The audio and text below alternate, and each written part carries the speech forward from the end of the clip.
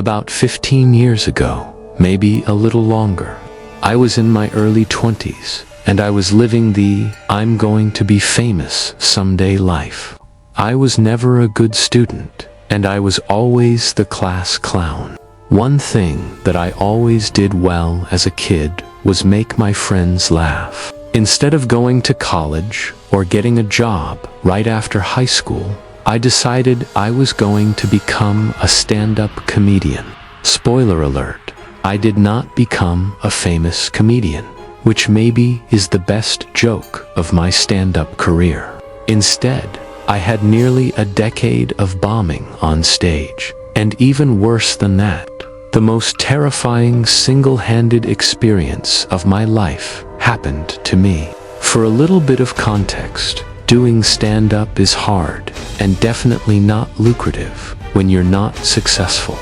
Not to mention, stand-up comedy was not as popular as it is today. To say it is a grind isn't an understatement. You question your decisions every time you perform until you get that one crowd that laughs at one of your jokes. The high you experience from the crowd laughing and cheering is intoxicating, and I assume that's why comedians constantly keep grinding. Part of the grind is finding gigs that will pay you, or even just let you perform for a couple of minutes. I was fortunate enough to have several open mics in my hometown, but you're not getting paid at an open mic, and a lot of the time, you're sharing the stage with all sorts of other talented people, and not just comedians. Nothing kills a comedian's momentum like performing after someone who just poured out their soul with life-altering poetry. After a few years of performing at open mics, I decided to try to reach out to club promoters and local comedians who would get booked for actual shows. Most of the time, these shows would be several hours away if I were lucky. Usually, they were even further than that. I did a few shows, and this is where the grind gets real. It's also where my story takes a very terrifying turn. I didn't have very good luck with these traveling shows. I wasn't getting paid, and I was driving 4 or 5 hours across state lines just for 5 minutes of exposure. Not an ideal situation for someone who was broke and barely had any income coming in. One night, I had an amazing opportunity to perform at a show that was being held 5 hours from where I lived. This show was a competition for comedians trying to break into the mainstream. The first place prize was $1,000, but the real price for me was that several moderately famous comedians were going to be the judges of the show. It was my chance to show actual comedians that I have talent. The worst part for me, when I would make all these trips, was that I had a garbage car and an old cell phone that was about as reliable as those big 1980s brick cell phones. I would always think to myself that if something happened, I would be stranded. My drives almost always consisted of nothing but farmland and open fields as far as you could see. Because I was a lazy person, I didn't bother to double-check my printed-out MapQuest directions. Instead, I decided to wing it, something I still regret to this day. I was lost. The directions I had did not match where I was. I had been on a backcountry road for some time, and I had no idea if I was even heading in the right direction. Thankfully, I always left for the traveling jobs early, just in case I got lost. I may have been lazy, but I know myself well, and getting lost was not uncommon for me. It was still daylight when I started driving through a small town. Honestly, calling it a small town might be a stretch. There were a few beat-up old buildings and houses on a street that was maybe a couple of 100 feet in length. Outside of an old gas station, there were a few individuals who looked less than welcoming. I know that's kind of rude to say they were dirty and mean, but they were rude to me. They didn't look like they were using or anything like that. They just looked like they'd been beaten up by life. I asked where I was and tried asking them if I was on the right track. They were short with me, and after an awkward back and forth exchange, they finally told me where I needed to go. According to the rude townspeople, I was still somewhat on the right track. Somehow, I had missed a turn a while back. But if I stayed straight on this road for a while, eventually, I would see the road I needed to be on. I thanked them and filled up my tank before I set off again. While I was pumping the gas, I noticed several of the people I had just talked to were staring at me. It was uncomfortable for sure. It was those dead-eyed stares, and it wasn't just one of them.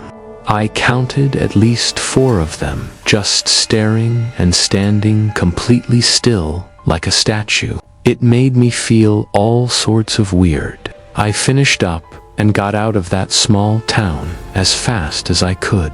I started driving and rehearsing my routine to myself. I kept thinking about how ironically funny my conversation with the townspeople was, and I even tried thinking of ways that I could incorporate this experience into my stand-up routine.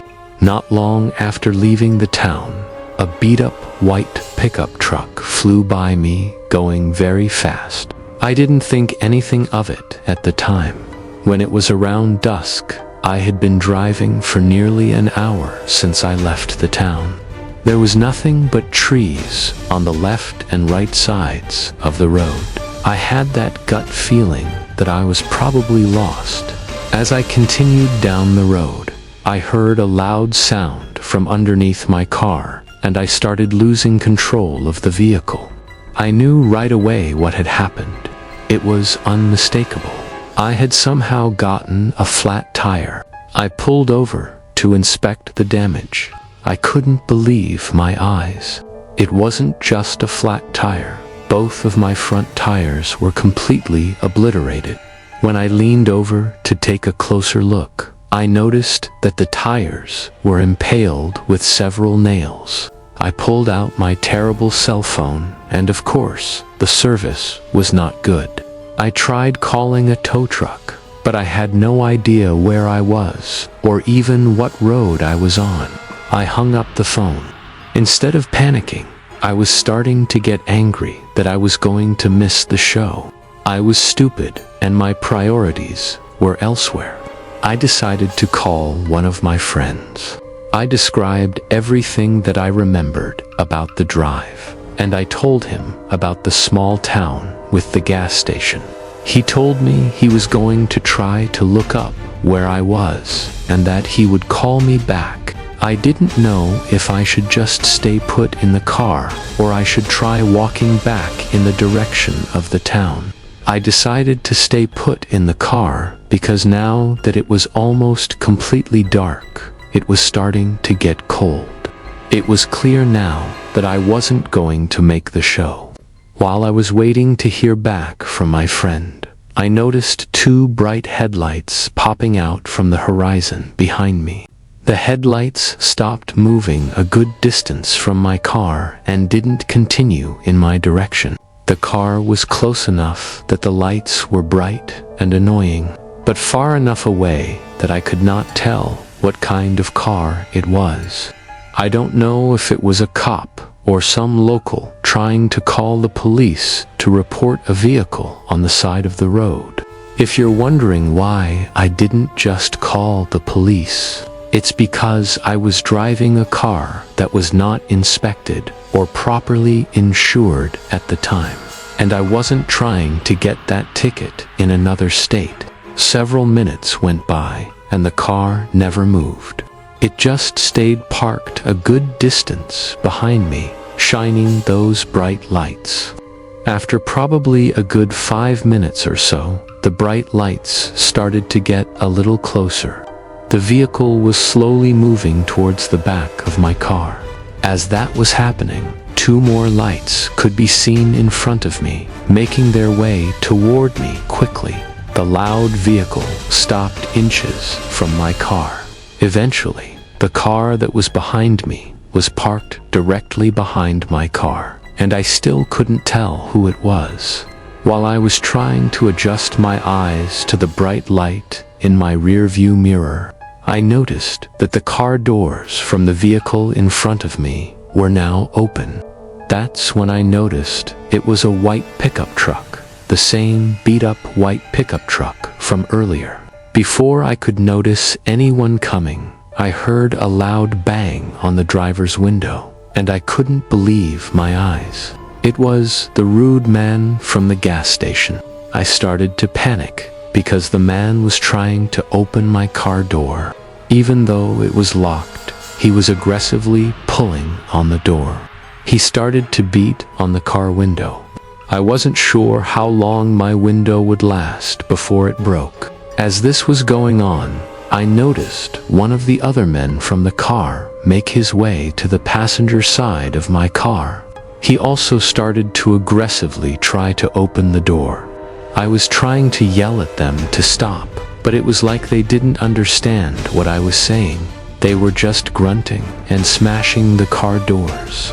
The guy at the driver's side door stopped trying to break in for a moment and instead just stood there, staring directly at me.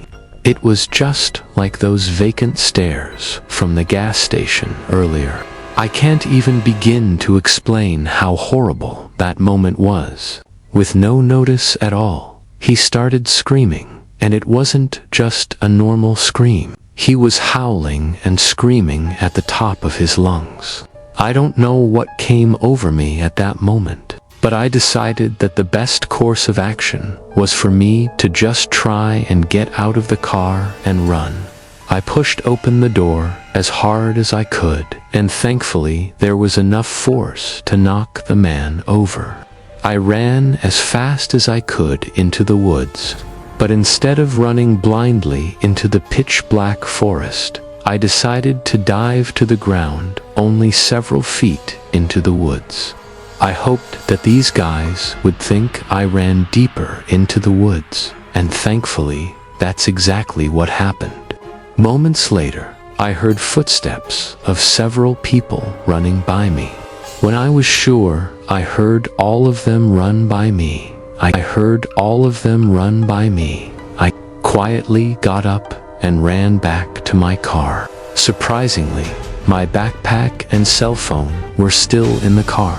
I grabbed them, stayed low, and just ran as fast as I could down the road. The entire time I was running, I expected them to jump out of the woods, but I never saw them again. About a half hour later, I was able to flag down a passing car. The woman was uncharacteristically kind.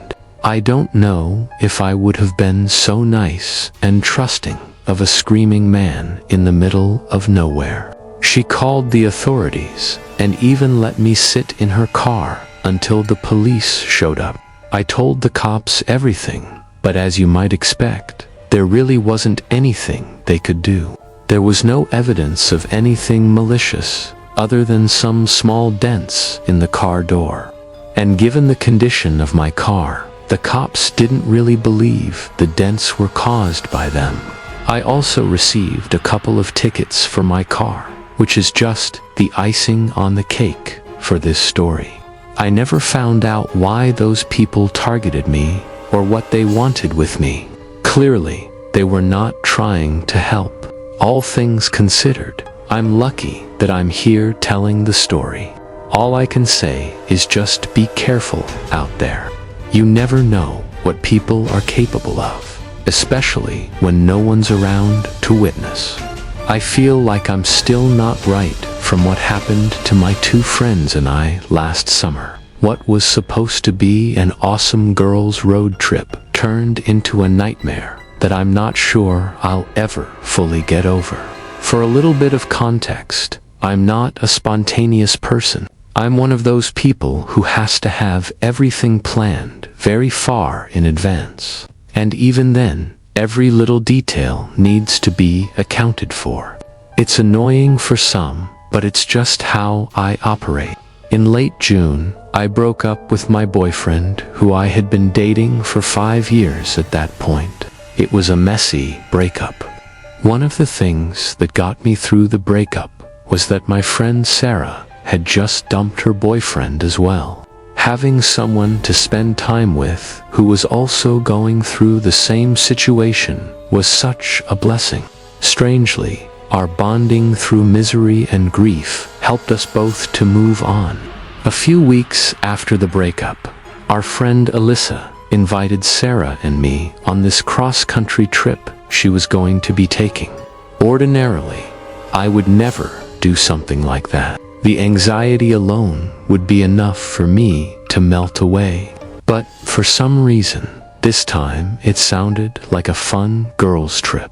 All 3 of us are fortunate enough to have jobs where we can take time off for a trip like this. Alyssa basically lives on the road. She's always traveling and finding these insane places all over the country. She's the type of woman who will just throw a sleeping bag down in the dirt and sleep under the stars. She's always been such a free spirit and lives for adventure. Sarah and I were much more sheltered. We decided to let Alyssa basically be the captain of our little crew for the trip.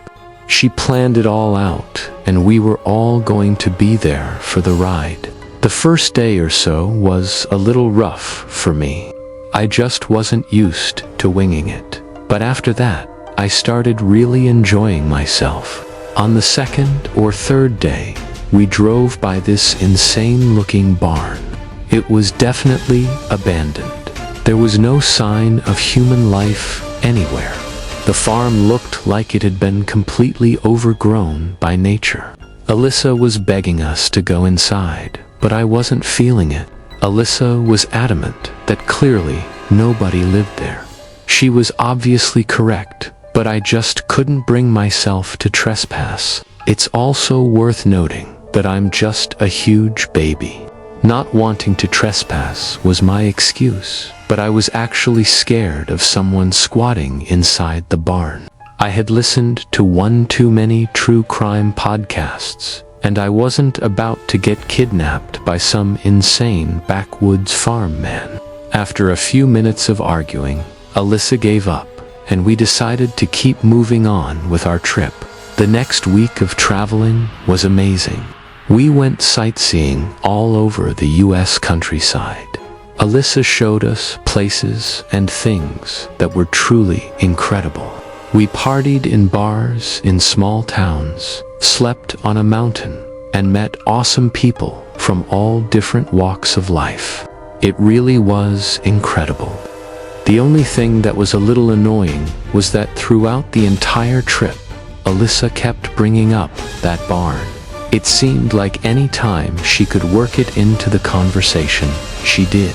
While we were driving back to civilization, Alyssa basically begged us to get a closer look at the barn. I don't know if it was the trip that made me come out of my shell a little bit, or just days of Alyssa breaking us down. But I was starting to warm up to the idea. I told her that if it looked like nobody had been there in years, then we could check it out. I was confident that most likely nobody had been there, but I just wanted to make sure I put that out in the universe. I wasn't even 100% sure that Alyssa could get us back there, but that girl is amazing sometimes. She knew exactly how to get there. We spotted the barn around 4:30 p.m. We drove the SUV on the dirt and grass and parked it several yards away from the barn. We didn't want to park right on top of the place, just in case some scary farm man was living inside. Alyssa was like a kid on Christmas. She ran to the barn door first. It was crazy in that place. I'm pretty sure the vines were holding the building up. It almost sounded like the place was breathing. But I'm pretty sure that was just the integrity of the building slowly falling apart. The weirdest part was all this strange equipment that was still inside the barn. It didn't look like any farm equipment I've ever seen before, but I'm not a farmer, so maybe it was just older stuff. It looked like stuff you would find in a medieval dungeon. After we explored and took a bunch of pictures inside the barn, Alyssa wanted us to check out the farmhouse that was connected. At this point, I was fully invested, so she didn't have any pushback from me. We had to kick down the door because it was somehow warped into the frame and it wasn't opening.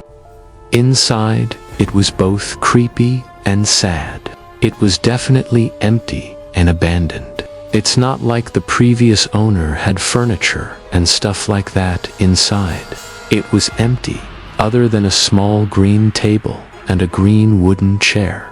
What was sad was that I couldn't stop thinking about the people who had most likely lived there before.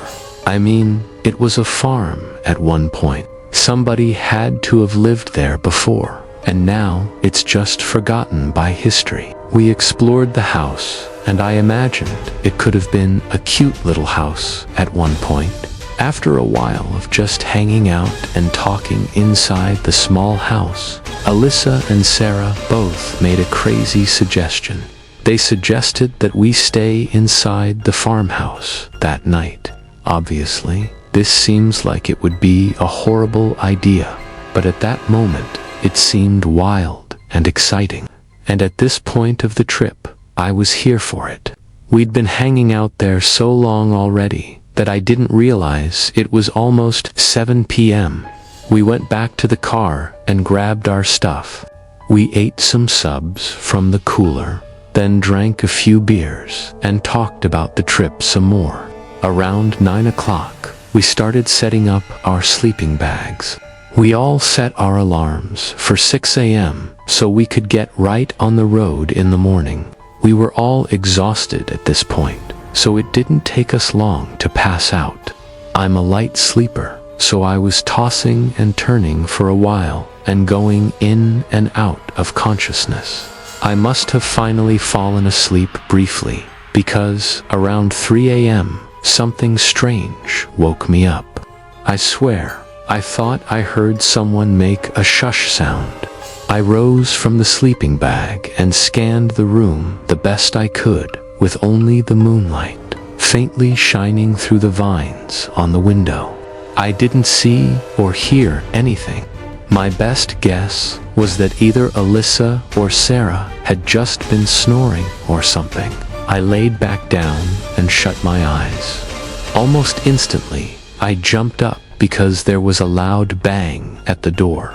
It was like someone crashed into the door, and remember, we had to break down the door, so it was basically just propped up against the door frame. If this really was a person, they could easily just push down the door. The bang on the door was loud enough that it woke up Alyssa and Sarah.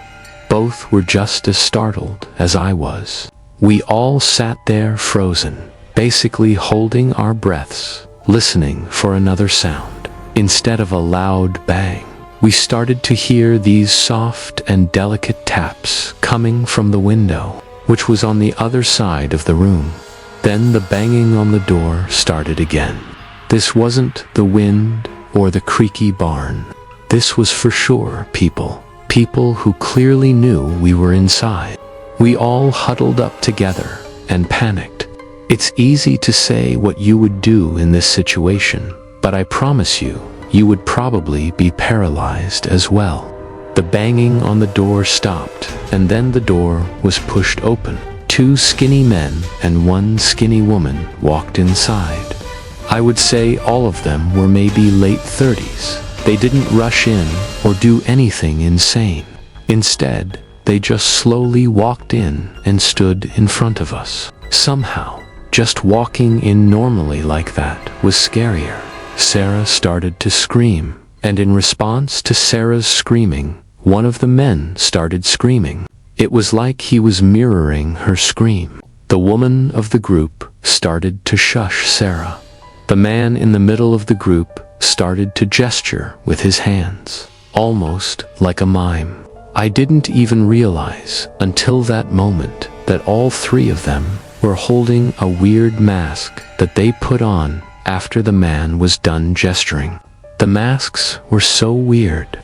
I know that's vague, but I've never quite seen masks like this before. The guy in the middle put on a mask that was just a giant purple cube. That's it.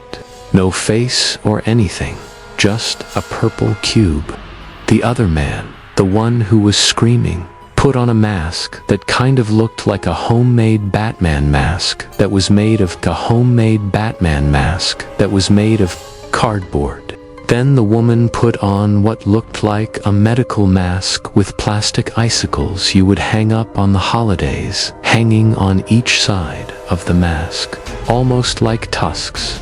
They slowly started creeping closer to us, and the more we panicked, the louder and more irritated they became.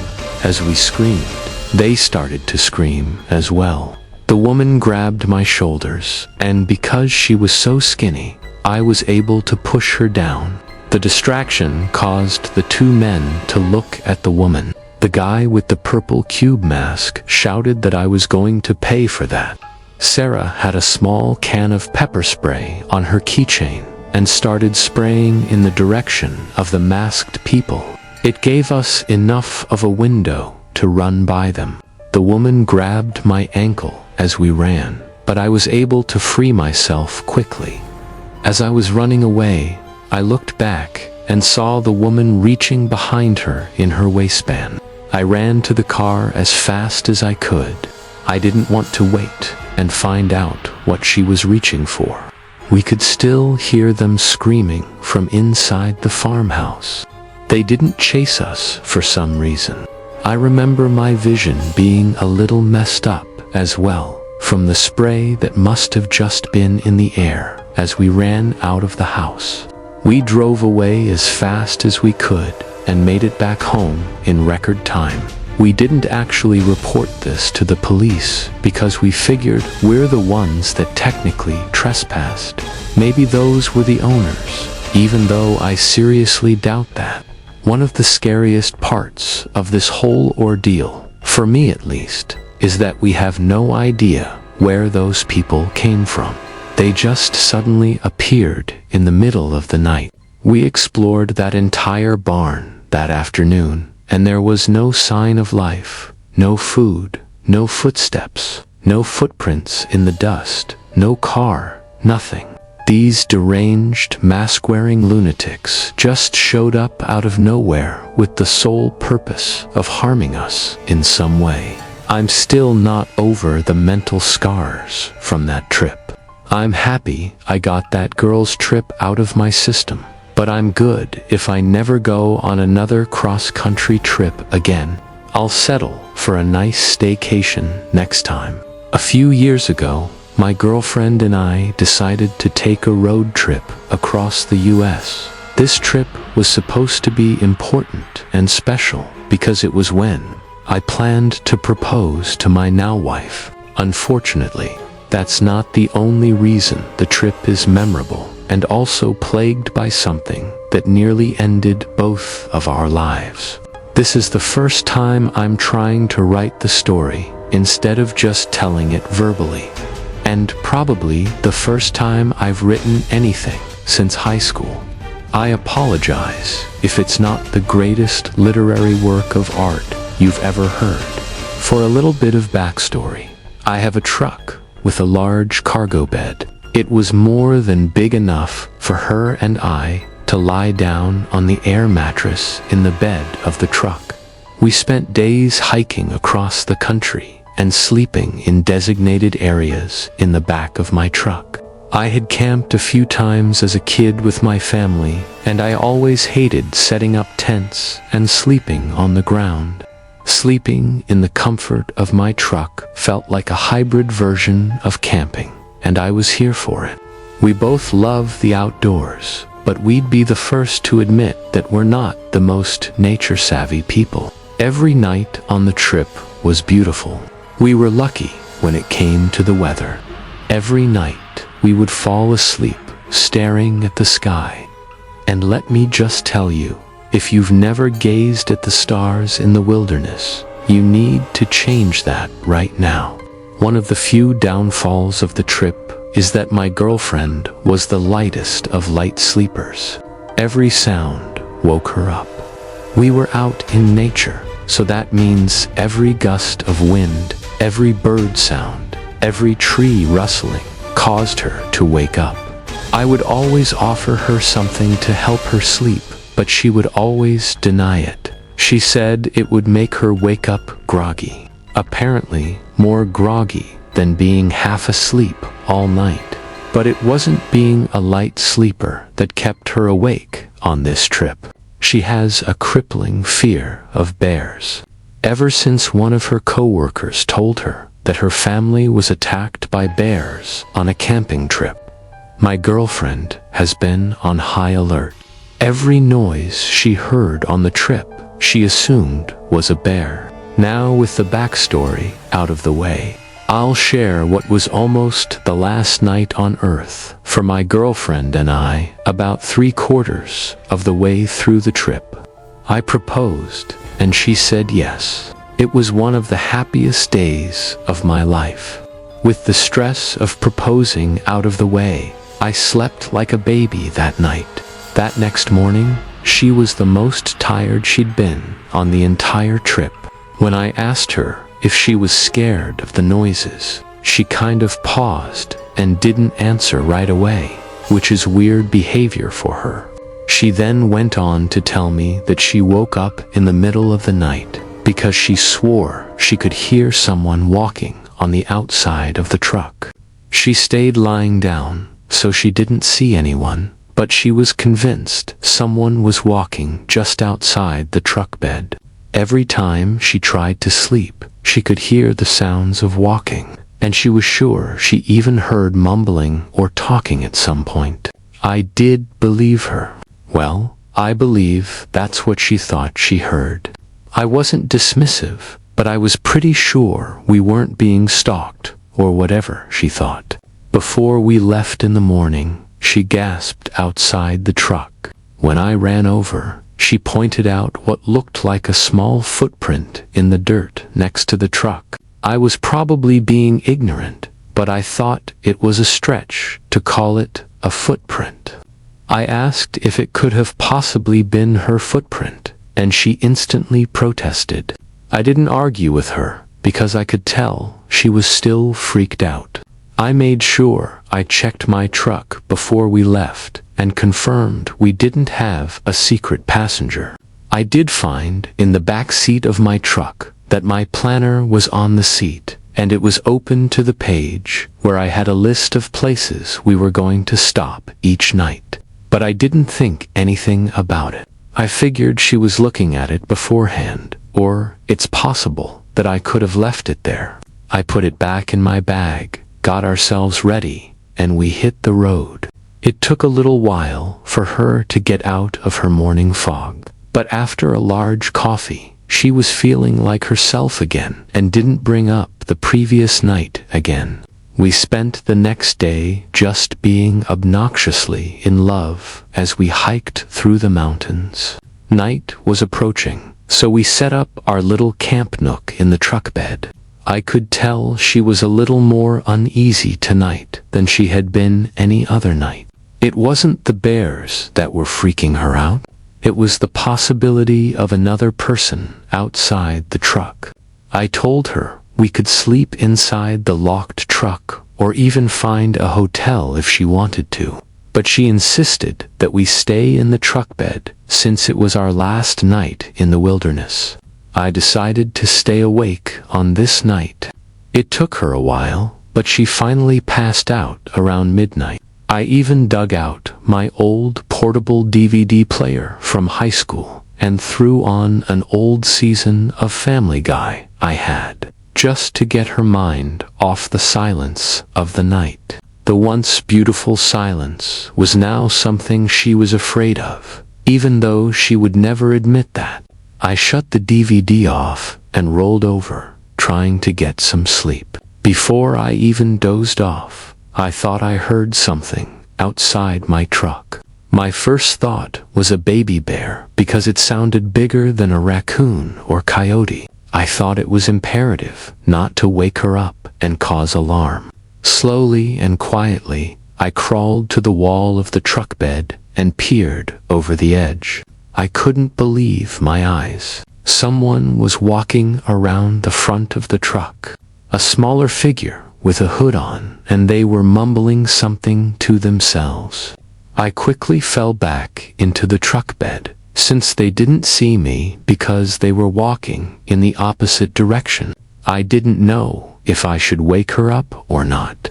I thought that would make too much noise, and right now, my main goal was to make as little noise as possible. I thought about trying to tackle the walking person, since they looked a lot smaller than me.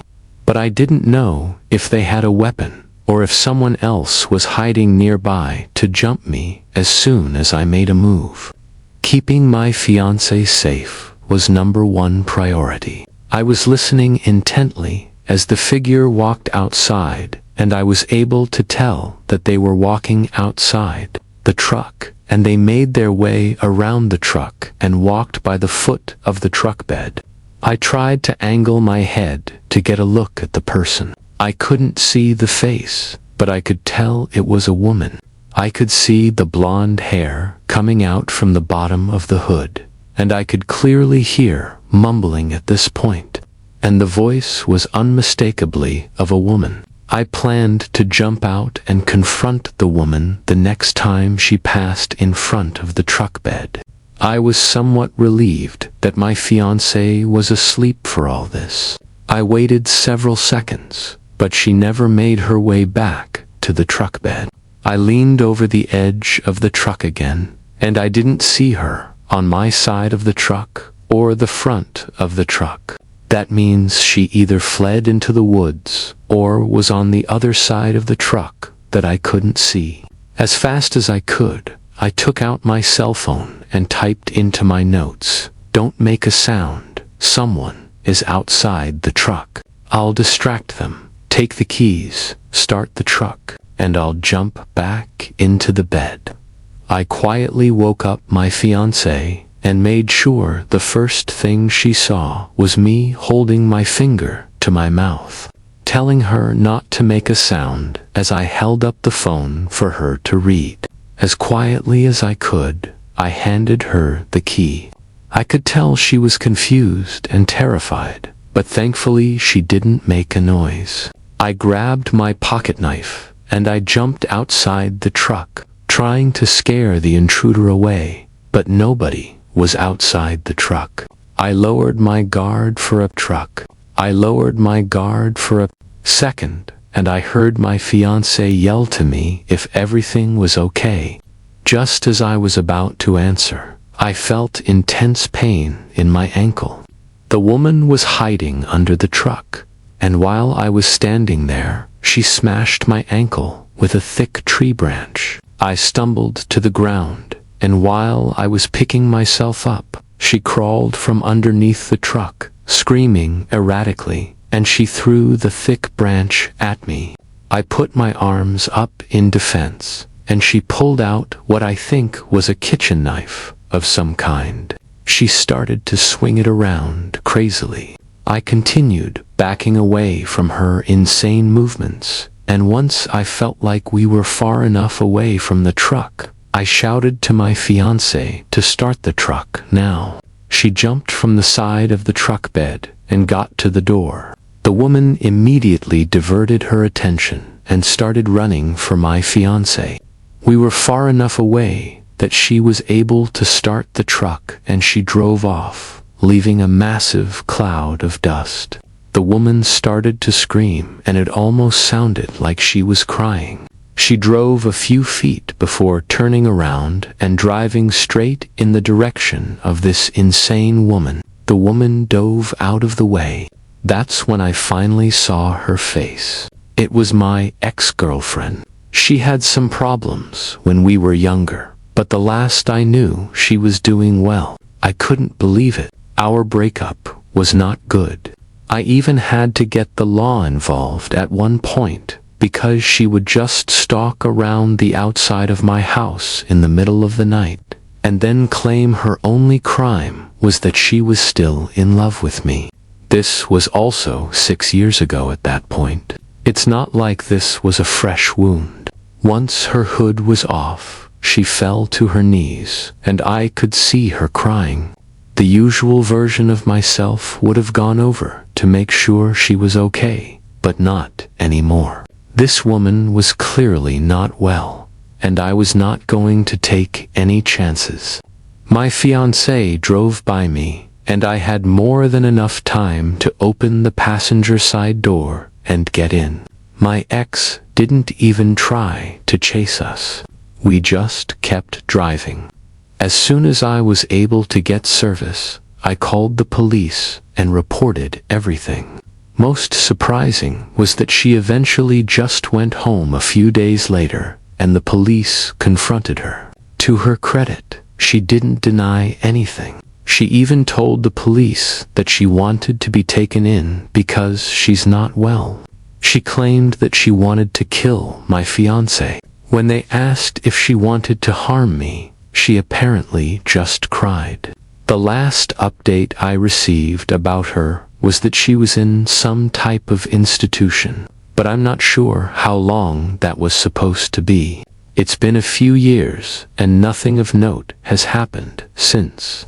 I rarely think about that night, but whenever I hear stories like this, I'm reminded of that horrible experience, and it makes me wonder if I'll ever see her again. My wife looks her up on Facebook and other social media platforms all the time, but as of the time of writing this, she's still MIA, and I hope she remains that way to me for the rest of my life.